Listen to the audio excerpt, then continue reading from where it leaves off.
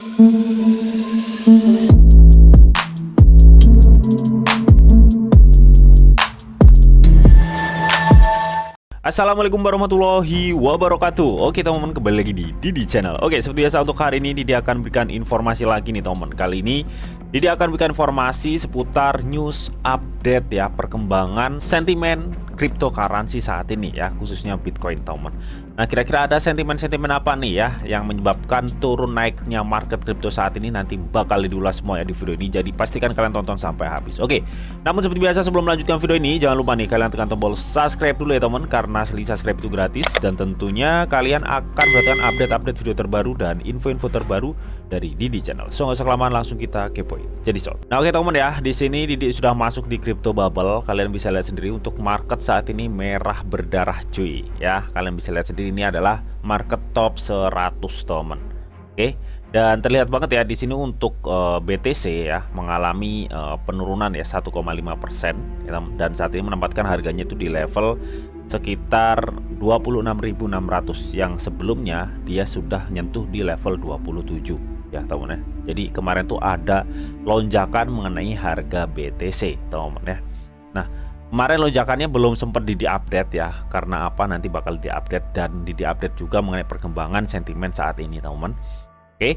Dan untuk harga yang lainnya ya, atau altcoin lainnya ya, itu ya cenderung menginduk ke cryptocurrency teman ya. Meskipun kalau kita lihat di sini yang menghijau baru FTT dan LUNS ya, atau Luna Classic teman. Yang lainnya hampir rata-rata itu merah merona. Oke. Nah, lalu ada sentimen apa nih mengenai cryptocurrency? Langsung kita kepoin aja ya. Jadi Oke, yang pertama teman ya, di sini dikutip dari akun Twitter atau akun X dari Bitcoin Archive ya. Dimana dia itu men-tweet ya baru-baru ini mengabarkan bahwa undang-undang ya atau RUU yang melarang CBDC yang telah diterbitkan Federal Reserve atau The Fed teman, itu saat ini itu telah disahkan oleh Komite Jasa Keuangan cuy. Kayaknya madesu ya, atau masa depan suram untuk CBDC di AS teman ya. Ya kita nggak tahu nih kedepannya apakah bakal dirubah atau direvisi, kita juga nggak tahu ya. Tapi yang pasti undang-undangnya itu udah disahkan ya. Sebelum kita lanjut ke pembahasan news yang terbaru ya, Didi tadi kan sudah janji akan membahas apa sih penyebab kenaikan harga Bitcoin kemarin gitu teman. Nah, di sini dikutip dari cointelegraph.com ya. Harga Bitcoin mengincar 28.000 ya karena pertarungan hukum Binance memacu momentum bullish teman. Jadi pertarungan Binance melawan SEC ini ya, baru-baru ini ada perubahan yang mengejutkan nih pada tanggal 18 September kemarin gitu teman. Nah, di mana teman ya, Hakim Zia Farukul ya menolak permintaan SEC untuk akses ke sistem Binance US teman ya. Jadi SEC itu intinya ingin mengkorek-korek Binance ya mengenai permasalahan tersebut teman. Serunya, Hakim tuh lebih menyarankan pihak SEC untuk merumuskan permintaan pertemuan spesifik terhadap Binance gitu teman ya. Jadi nggak boleh ya pihak SEC itu mengorek-ngorek Binance US lebih dalam, intinya seperti itu. Nah, dilihat dari sini saja Hakim tuh kayak lebih adil dan lebih pro terhadap si pihak Binance US gitu teman. Ya meskipun kita tahu ya teman ya, mengenai keputusan itu hanya bersifat sementara gitu teman ya. Tapi hal itu teman ya menuai respon positif terhadap market ya, yang dimana kemarin harga BTC itu naik hingga level 27.000 US dollar, yang sebelumnya tuh satu aja ya di level 25, 26 gitu teman. Oke. Nah, apa yang selanjutnya Bang? Nah, investor harus menunggu 3 minggu untuk mengambil keputusan lebih lanjut. Ya, Hakim Farukwi ya menjadwalkan sidang lanjutan pada 12 Oktober ya, dan meminta pihak-pihak yang terlibat untuk menyerahkan laporan status sebelum acara tersebut ya. Dan seperti yang dilansir Yahoo Finance, apa yang tampak seperti kemunduran bagi SEC setidaknya untuk saat ini berpotensi meningkatkan resiko bagi Binance teman. Jadi ya, ini menurut salah satu hakim yang sudah dijelaskan tadi ya, bahwa untuk sidang itu akan dijadwalkan atau dilanjutkan pada 12 Oktober teman. Makanya untuk market saat ini tuh cenderung turun lagi ya, karena beritanya yang sudah dikatakan tadi itu hanya bersifat sementara gitu teman. Nah, ini sidang baru ya akan dijadwalkan pada 12 Oktober teman. Dan ini menurut diri pribadi ya salah satu penyebab market turun saat ini gitu teman. Gue rasa banyak para investor lagi wait and see ya. Gue udah bilang berkali-kali untuk market saat ini kalian wait and see aja. Marketnya itu sentimennya masih bergejolak banget teman ya, dan cenderung sentimennya itu untuk menjatuhkan Bitcoin dulu, intinya seperti itu. Meskipun nggak sedikit juga sih ya sentimen yang bullish terhadap market cryptocurrency. Tapi kan itu hanya circle cryptocurrency cuy. Nah kalau di luar cryptocurrency kan banyak yang menjatuhkan gitu, intinya seperti itu.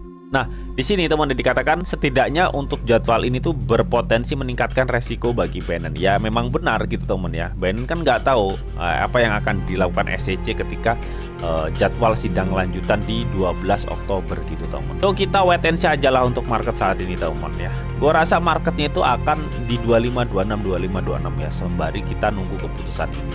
Dan ini adalah salah satu penyebab market saat ini sulit untuk naik ya, dan dia tertahan di level 27 teman. Ya kenapa permasalahan ini sangat berefek ya? Kita ketahui untuk pertukaran Binance tuh satu-satunya pertukaran yang market cap-nya cukup besar di dunia cryptocurrency. Kalau misalkan ini ada masalah ya, otomatis market crypto pasti goyah gitu loh teman ya. Jadi news-news seperti ini harus kita update terus gitu teman. Nah di sini teman ya, CZ Binance atau Changpeng Zhou ya, dia tuh berkali-kali ya menegaskan bahwa Binance US tidak pernah menggunakan solusi kustodial global Binance, meskipun dokumen di Binance US pada 15 September menyatakan sebaliknya. Jadi di sini teman ya, pihak Binance itu dituduh ya meminjam uang teman ya ke BAM gitu teman ya. Nah newsnya ini dikutip dari cointelegraph.com juga teman ya. Katanya CEO Binance membantah laporan pinjaman 250 juta kepada manajemen BAM teman. Jadi BAM ini adalah sebuah perusahaan yang bertindak sebagai perusahaan induk dari Binance US teman. Ya, dimana di sini CEO Binance atau Changpeng Zhou ini dituduh mengambil pinjaman terhadap BAM ya teman ya, selaku perusahaan yang bertindak sebagai perusahaan induk Binance teman. Nah, hal ini tuh dibantah oleh CZ Binance bahwa CZ Binance itu nggak melakukan hal itu semenjak ada kejadian gugatan SEC tersebut. CZ Binance itu nggak pernah minjem uang ke BAM gitu teman. Bahkan sebaliknya gitu loh teman ya. Di sini dikutip dari akun Binance teman ya. Dia tuh mengklarifikasi nih ya. Katanya banyak informasi yang salah, hanyalah mereka salah arah katanya. Saya meminjamkan 250 juta ke BAM beberapa waktu lalu, bukan sebaliknya, dan belum mengambilnya kembali ya. Jadi yang diberitakan itu bahwa Changpeng Zhou atau CZ Binance itu meminjam uang 250 juta ke BAM, dan itu diungkit-ungkit nih oleh si SEC teman. Nah tapi nyatanya ternyata bahwa CZ Binance itu ngutangin si BAM, dan itu dananya belum ditarik oleh CZ Binance gitu loh. Jadi dibolak-balik gitu loh teman ya. Ini adalah klarifikasi dari CEO Binance gitu mengenai hal ini ya. Ini pada 20 September kemarin teman. Dan ini juga menurut diri pribadi ya menyebabkan harga BTC itu susah naik ya, sentimen-sentimen seperti ini gitu teman. Jadi banyak para investor ya tentunya waspada dan wait and see mengenai perkembangannya teman. Di tengah pertarungan hukumnya dengan Binance ya, SEC itu telah berulang kali mengklaim nih bahwa mereka telah berjuang untuk mengekstrak informasi dari Binance dan Binance US teman.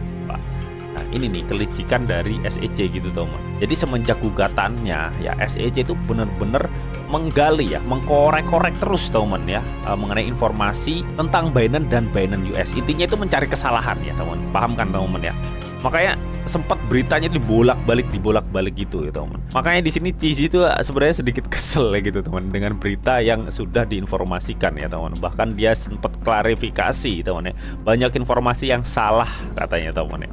Ya itulah teman ya perkembangan mengenai sentimen-sentimen kripto yang menyebabkan harga kripto saat ini tuh cenderung sulit naik teman ya. Ya mudah-mudahan masalah ini cepat terselesaikan teman ya. Biasanya untuk kasus SEC kayak gini tuh agak sedikit lama ya, karena memang SEC-nya itu dari dulu keras kepala gitu loh teman. Gak hanya Binance dengan permasalahan dari XRP, meskipun XRP menang, SEC itu kayak masih gak terima aja ya. Jadi sulit lah teman ya kalau keras kepala seperti itu. Dia nggak bisa terima kenyataan gitu loh.